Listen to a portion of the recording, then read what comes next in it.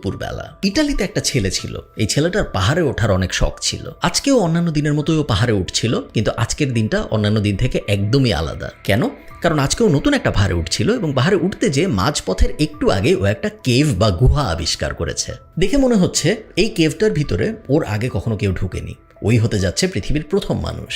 ছেলেটা অনেকক্ষণ গুহাটার সামনে দাঁড়িয়ে আছে। ভেতরে যেতে অনেক ইচ্ছা করছে, কিউরিওসিটি জাগছে, বাট একই সাথে অনেক ভয়ও লাগছে। যেহেতু দেখে মনে হচ্ছে ভেতরে অনেক অন্ধকার, ওর আগে কখনো কেউ যায়নি, ভেতরে যে কোনো কিছুই থাকতে পারে এবং যদি কোনো কিছুর কারণে ও কোনো একটা বিপদে পড়ে, ওকে বাঁচানোর কেউ আশপাশে নাই। কিউরিওসিটি জয়ী হয়, শেষ পর্যন্ত ও ভেতরে যায়। পৃথিবীর প্রথম দিককার তিমি মাছের ফসিলাইজড কঙ্কালগুলার একটা এই গুহার ভেতরে ছিল এবং ছেলেটা যদি কখনো এই গুহার ভেতরে না যেত, তাহলে পৃথিবী কখনোই এই ফসিলাইজড কঙ্কালটা দেখতে পারতো না। ইতিহাসবিদরা মনে করে এই ছেলেটার থেকে কিউরিয়াস মানুষ পৃথিবীর ইতিহাসে কখনো আসে নাই। আপনারা সবাই এই ছেলেটাকে চেনেন একজন আর্টিস্ট হিসেবে, কিন্তু ও কিন্তু শুধুমাত্র একজন আর্টিস্ট না, একই সাথে ও একজন ইকোনমিস্ট, ও একজন চিন্তাবিদ এবং ও একজন সায়েন্টিস্ট। এই ছেলের নাম Leonardo da Vinci. Leonardo da Vinci ছিল একজন বাস্টার্ড। আপনারা সবাই বাস্টার্ড কথাটা একটা গালি হিসেবে চেনেন, বাট বাস্টার্ডের আবিধানিক অর্থ হলো যখন অনৈতিক সম্পর্কের কারণে একজন সন্তানের জন্ম হয়, সেই সন্তানটাকে সাধারণত বাস্টার্ড বলা হয়। লিওনার্দো দা ভিঞ্চির বাবার একটা 15 বছরের মেয়ের সাথে সম্পর্ক ছিল। বউয়ের সাথে তো ছিলই, বাট একই সাথে 15 বছর বয়সের একটা মেয়ের সাথেও সম্পর্ক ছিল এবং ওই সম্পর্কের যে সন্তান, সেই সন্তানের নাম লিওনার্দো দা ভিঞ্চি। এবং এই কারণেই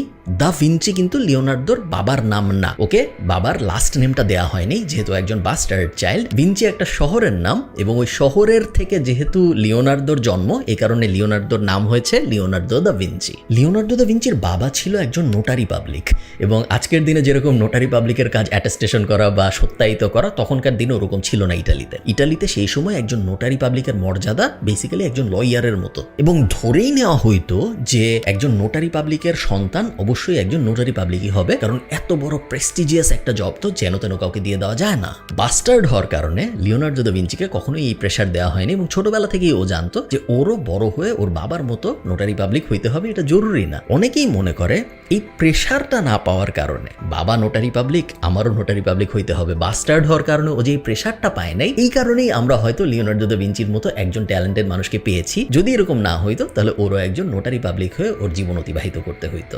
শুধু যে ওকে নোটারি পাবলিক বানানোর চেষ্টা করা হয় নাই তা না, ও যেহেতু একজন বাস্টার্ড চাইল্ড, ওর প্রতি বেসিক্যালি কোনো কেয়ারই করা হয়নি। ওকে বলা হয়েছে তুমি যদি স্কুলে যাইতে চাও খুবই ভালো, যাও, যদি না যাও তাহলেও আমাদের কোনো সমস্যা নেই, তোমার যা ইচ্ছা করো, আমরা তোমার ভরণ পোষণের টাকা দিব আপ টু আ পয়েন্ট, তোমার 12, 13, 14 হওয়া পর্যন্ত, বাট এর বাইরে আমরা তোমার কোনো শখ, আহ্লাদ, আহামরি, পড়াশোনার ইচ্ছা কোনো কিছুই ফুলফিল করতে চাই না। তো লিওনার্দো দা ভিঞ্চি কিন্তু আসলে ফর্মাল এডুকেশন করে না এই কারণে। হ্যাঁ, ও একটু ম্যাথ শিখছে, একটু বেসিক পড়াশোনা শিখেছে যেন পড়তে আর লিখতে পারে, বাট এর বাইরে ওই সময় ইটালির যে কালচার, এক একজন স্কলার হবে, স্পেশালি বনেদি পরিবার বা বড়লোক পরিবারের মানুষজন অনেক লার্নড মানুষ হয়ে বড় হয়ে উঠতো, অনেক জ্ঞান বিজ্ঞান শেখাশেখির চেষ্টা করতো। লিওনার্দো দা ভিঞ্চির ওই ব্যাপার হয় না। ও পাহাড়ে ঘুরে, বনে বাদারে ঘুরে, প্রকৃতির সাথে মিশে, পশু পাখির সাথে মিশে ওর ছোটবেলা অতিবাহিত করছে। লিওনার্দো দা ভিঞ্চির বয়স যখন 12 থেকে 13 বছর, তখনও ওর বাবার সাথে ফ্লোরেন্সে চলে আসে। আপনার বুঝতে হবে, আমি এটা ইউরোপের স্বর্ণযুগের সময়ের কথা বলতেছি, রেনেসার আগে পরে ওই এক্সাক্ট আমলটার কথা। এবং ওই সময় ফ্লোরেন্স ছিল একদম একটা কালচারাল হাব। পৃথিবীর সব বড় বড়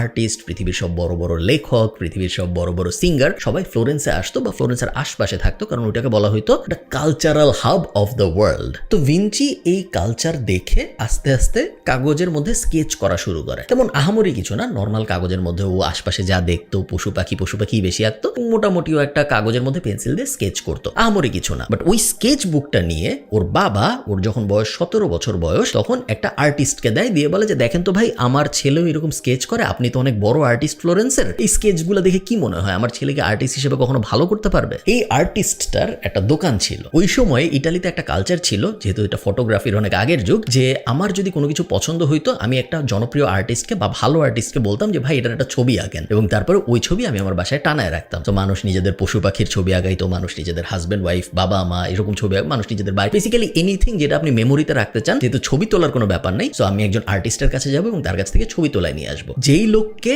লিওনার্দো দা ভিঞ্চির বাবা এই স্কেচ বুকটা দিছিল দেখার জন্য যে লিওনার্দো দা ভিঞ্চির কি আসলেও কোনো স্কিল আছে নাকি, ওই লোকের এরকম একটা বড় দোকান ছিল, যেই দোকানে মানুষ আসতো এরকম ছবি আঁকার ফরমায়েশ নিয়ে। তো ওই লোক লিওনার্দো দা ভিঞ্চির বাবাকে বলে যে ঠিক আছে, তুমি তোমার ছেলেকে পাঠায় দাও, ওইখানে একটা ইন্টার্নশিপ করুক, আমাদের এখানে অনেক কাজকর্ম আসে, ও ছবি টবির মধ্যে থাকতে পারবে, আঁকাআঁকির মধ্যে থাকতে পারবে, আমরা ইভেনচুয়ালি বুঝবো যে আর্টিস্ট ও আসলে হইতে পারবে নাকি জীবনে কোনোদিন। তো লিওনার্দো দা ভিঞ্চি ওর বয়স যখন 17 বছর তখন থেকে এই আর্টের দোকানে ইন্টার্নশিপ শুরু করে। আজকের মতো 3 মাসের ইন্টার্নশিপ নাই, ইন্টার্নশিপের কোনো শেষ নাই। বেসিক্যালি সারা জীবনই এমনও হইতে পারে যে ইন্টার্নশিপ করেই কাটায় যাবে। ইন্টার্নশিপ, অ্যাপ্রেন্টিসশিপ এই টাইপ ওয়ার্ড তখন ইটালিতে ছিল না, বেসিক্যালি গুরু শিষ্য টাইপ রিলেশন ছিল। সো এই আর্টের দোকান যে চালাইতো সে ছিল একজন গুরু বা মেন্টর, এবং মানুষজন যারা কাজকর্ম করতো তারা সবাই ছিল উনার শিষ্য। চিয়ারোস্কিউরো, আমি আপনাদের স্ক্রিনে দেখাবো, আমি এক্সাক্ট প্রোনাউন্সিয়েশনটা জানি না যেহেতু এটা ইটালিয়ান সম্ভবত। এটা হইলো একটা প্রসেস, যেই প্রসেসে আপনি একটা ছবির মধ্যে ছায়া বানাতে পারবেন। এর আগ পর্যন্ত যখনই কোনো আর্টিস্ট ছবি আঁকতো, ছবির মধ্যে ছায়া বানানো যাইতো না, এবং লিওনার্দো দা ভিঞ্চি এই প্রসেসটা আবিষ্কার করে যে এই প্রসেসে এখন থেকে একটা ছবি যখন আমি আঁকবো, এই ছবির ভিতরে মানুষের বা কোনো অবজেক্টের ছায়াও বানানো যাবে। এবং অন্য যে ভয়ঙ্কর আবিষ্কারটাও করে ওটাকে বলে স্পুমাটো। আমি আপনাদের এগেইন স্ক্রিনে দেখাবো কারণ আমি জানি না এক্সাক্ট উচ্চারণটা কি। এটা আরো ভয়ঙ্কর কারণ এটা হলো হার্ড লাইন ব্যবহার না করে কোনো ছবি আঁকার পদ্ধতি। দুইটা আবিষ্কারী ও খেলতে খেলতে ওই অ্যাপ্রেন্টিসশিপের মধ্যে বন্ধু বান্ধবদের সাথে গল্প করতে করতে আয় তোকে দেখাই কিভাবে ছবি আঁকে, এই জিনিসটা এক্সপেরিমেন্ট করতে করতেই করে ফেলছে। আমি আপনাদের স্ক্রিনে একটা ছবি দেখাই এবং আপনারা এই ছবিটা দেখে একটু বোঝার চেষ্টা করেন আপনি কোনো ডিফারেন্স দেখতে পান নাকি দুই মানুষের দুইটা পায়ের মধ্যে। আপনার ডান দিকে যে মানুষটা, সেই মানুষটার পাটা যদি আপনি একটু দেখেন, পাটা খুব মাস্কুলার, একটা পাই আসলে পুরোপুরি দেখা যাচ্ছে, দুইটা পা দেখা যাচ্ছে না, এবং যে পাটা দেখা যাচ্ছে ওই পাটা অনেক হার্ড লাইন দিয়ে বানানো। আপনি যদি মনোযোগ দিয়ে অন্য কোনো কিছু না দেখে শুধু ওই পাটা দেখেন, যিনি সাদা ধুতিটা পরে আছেন উনার কথা বলছি আমি, ওই উনার বাম পাশের পাটা যদি আপনি দেখেন অন্য কোনো কিছু না দেখে আপনার মনে হবে যে খুব হার্ডলি অনেক জোরে প্রেস করে এই পাটা আঁকা হয়েছে, এবং এই পাটা আসলে একটা লাঠির মতো দেখতে। এখন আমরা যদি বাম পাশের মানুষটাকে দেখি যার দুইটা পাই ভিজিবল, যিনি এই পিঙ্ক রঙের একটা জামা পরে আছেন এবং অন্য কোনো কিছু পরে নাই, আমাদের স্ক্রিনের মাঝখানে ওই ছবিটার উনার দুইটা পা যদি আপনি দেখেন, আপনি দেখবেন উনার যে ডান পা, সো আপনার হাতের বাম পাশে উনার যে প্রথম পাটা, ওই পাটার যে হাঁটুর জায়গাটা, ওই জায়গাটা অনেক স্ট্রং, কিন্তু এছাড়া বাকি পাটা কিন্তু মসৃণ। এবং আপনি যদি উনার অন্য পাটা দেখেন, আপনি দেখবেন পুরা পাটাই কিন্তু অনেক মসৃণ। আচ্ছা, দুই পায়ের কম্পারিজন কেন দিলাম? তার কারণ একটা পা এঁকেছে লিওনার্দো দা ভিঞ্চির গুরু, যার দোকানে লিওনার্দো দা ভিঞ্চি কাজ করতো, যেটা হার্ড লাইন দিয়ে আঁকা, এবং অন্য পাটা আপনার স্ক্রিনের মাঝখানে যে ছিল, যার দুইটা পাই ভিজিবল ছিল, ওই পাটা এঁকেছে লিওনার্দো দা ভিঞ্চি। এবং আপনারা খুব ক্লিয়ারলি বুঝতে পারতেছেন একটা খুব হার্ড লাইন কলম দিয়ে জোরে চেপে আঁকা, আর একটা খুব আস্তে করে আঁকা, যেন অনেক ন্যাচারাল মনে হয়। আমার আপনার কাছে মনে হইতে পারে যে কলম একটু জোরে চাপ দিয়ে আঁকছে, কলম একটু কম জোরে চাপ দিয়ে আঁকছে, আমাদের কি যায় আসে, দুইটাই তো মোটামুটি সেম, দুইটাই পা। বাট আর্টিস্টদের কাছে ইটালিতে ওই সময় এটা একটা ভয়ঙ্কর বিপ্লবের মতো ছিল যে একটা ছবিকে এত রিয়েলিস্টিক যে বানানো যায়, এটা এর আগ পর্যন্ত কেউ আবিষ্কার করেনি। এবং বলা হয় এই ছবিটার পরে, এই ছবিটা ছিল লিওনার্দো দা ভিঞ্চি এবং ওর গুরুর দুইজনের মিলে আঁকা, বাট এই ছবিটার পরে লিওনার্দো দা ভিঞ্চির যে মেন্টর ছিল সে আর কোনোদিন ছবি আঁকে নাই। তার কারণ তার মনে হয়েছে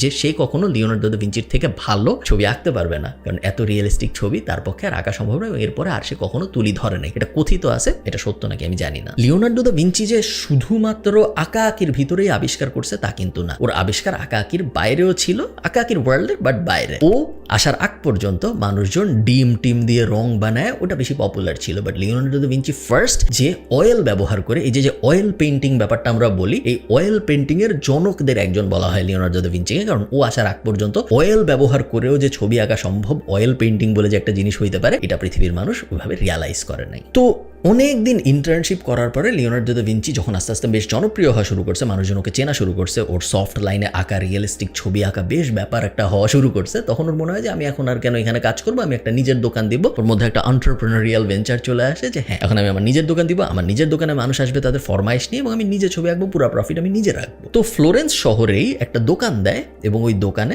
ও ফরমাইশে ছবি আঁকা শুরু করে। দোকানে ইমিডিয়েটলি মানুষের প্রেশার আসা শুরু হয়, ওয়ার্ড অফ মাউথ অনেক ভালো ছিল, সবাই জানতো লিওনার্দো দা ভিঞ্চি অনেক ভালো ছবি আঁকে, সো অনেক অর্ডার আসা শুরু করে। বাট কিছুদিন পরেই একটা সমস্যা দেখা যায় লিওনার্দো দা ভিঞ্চি সপ্তাহে একটা ছবিও ডেলিভারি দিতে পারতেছে না। ওর অর্ডার কিউতে পড়ে আছে 20টা, 30টা, 40টা, 50টা। মানুষজনকে পাগলের মতো প্রত্যেকদিন বলতেছে যে আমার ছবি কবে দিবা, 2 মাস আগে টাকা দিছে এখনো ছবি দাও নাই কেন। বাট লিওনার্দো দা ভিঞ্চি তুলি হাতে নিলেই ওর ছবি আঁকতে পারতেছে না। ও ক্লিনিক্যাল ডিপ্রেশনে চলে যায়। ওই সময় তো ডিপ্রেশন ব্যাপারটা এত পপুলার হয় নাই আজকের দিনের মতো, বাট আজকের দিনের বিজ্ঞানীরা মনে করে যে ওই সময় লিওনার্দো দা ভিঞ্চি ক্লিনিক্যাল ডিপ্রেশনে চলে যায়, কারণ ওর রাইটার্স ব্লকের মতো আর্টিস্ট ব্লক বলে একটা ব্যাপার হয়, যেখানে তুলি ধরলেই ওর মধ্যে ইমাজিনেশন কোনো কাজ করতো না। লিওনার্দো দা ভিঞ্চি অনেক বেশি সুইসাইডালও হয়ে যায় এই সময়ে, এবং ও যেহেতু অনেক জার্নাল লিখতো, ঠিক এই টাইমটার মধ্যে ওর জার্নালে খুব ভয়ঙ্কর একটা কথা লেখে, যেই কোডটা হলো tell me if anything was ever done, tell me while I thought that I was learning how to live, I have been learning how to die. খুবই ভয়ঙ্কর একটা লাইন, এবং আজকের দিনে আমরা বুঝতে পারতেছি এই লাইন এবং এর আগে পরের জার্নাল এন্ট্রি পড়ে যে লিওনার্দো দা ভিঞ্চির ওই সময় মনে হয়েছিল